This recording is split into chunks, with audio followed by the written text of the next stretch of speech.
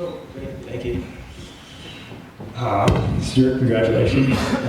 You were a member of two national championship teams. What was it like winning in '79 and '81? They were both very different experiences. In 1979, I was a rookie, and I just remember, I wouldn't have come, first of all, I'll say this, I wouldn't have come to Acadia if it wasn't for Coach Ewart. Coach Ewart plucked me out of another school that I was in Halifax, and basically I'd gone to university 1 year there, and he said, you need to play football again, and as soon as I met with him, I knew I had to come here. It was just chock-a-block with role models. Ed Gadabakis, who's here, who's my dear friend, but also like one of the people, and I know Ernie mentioned him too, but just an unbelievable person, an unbelievable role model. Coach Ewart, having great coaches like Bill as a positional coach, it was a place where, as a young man, Scott Baker, Ronnie Martin, rest in peace. It was just really a special place to be, I always felt like the team was I felt like I was the smallest and the weakest person on the team, right? But I don't know if I led the '79 team. That might be a bit of a stretch to be having there, but it was certainly a gift to be part of that experience. In 1981, I would say we were not as big, maybe a little faster, a little bit of a different character team. But most of that team, Coach Ewart recruited, and his coach was a rookie coach that year in '79 as well.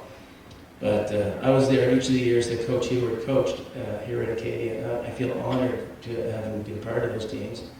It's, I just will share one anecdote, because I remember Bob Stracina talked to me after the '79 game, and he said, don't let the greatest thing that ever happened to you be when you're 19 years old.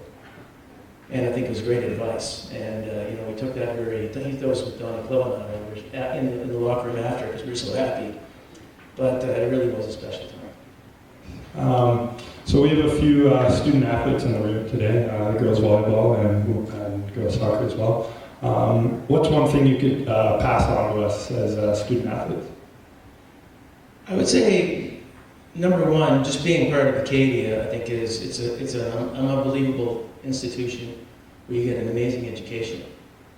But the education that I got in sport has prepared me for a life in so many ways that I can't even, it's almost hard to put words around it, because, I'm a CEO of an organization. We have 400 employees, and every day, I have a picture of Coach Ewart on my desk.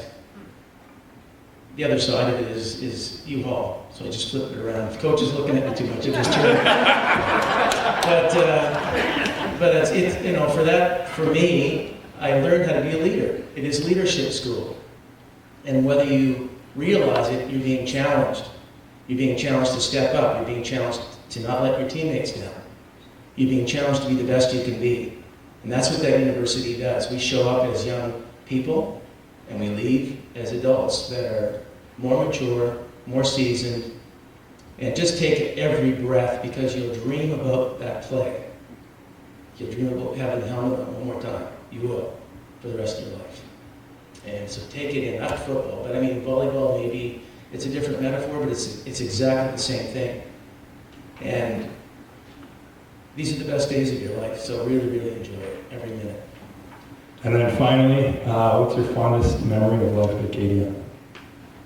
I would echo a lot of what Ernie had to say. It is with the guys. I've met my best friends here. I went to school here every year with my wife, and we've been together for 43 years. So we went through university together. My son went to Acadia, so I feel like you can't just pick one thing. It's amazing to win one championship, to be part of that team, but they're very different experiences. That pales in comparison to how you feel. Last night at the reception, it makes you feel just joyful to see everybody and to realize that you were part of something special. I think Kevin Dickey said it earlier, if you can actually have that gift to be involved in something like that, where you actually achieve, perhaps you overachieve than what your expectations were. And I think that's one of the things that Coach Ewart was so great about, is getting the most out of all of us, bringing us together, creating that culture. If you get that opportunity, it really is special to feel about that's what I look back on. My best friends are here, are from this team. It's still in life, and I see it all the time. It's just, it was a real gift, the whole thing. Well, congratulations, and thank you very much. Oh yeah, I have one more thing, yeah. So I wanted to this is some of my 79 teammates will get this, but when we won the 79 Manny Cup, I came back I got kicked out of Eaton House because of a water fight. So I went to live with Don Ross, was my roommate. And Don Ross was the most valuable player I wasn't in the water fight, I just got caught there. I wouldn't do that, coach. Yeah, nice recovery.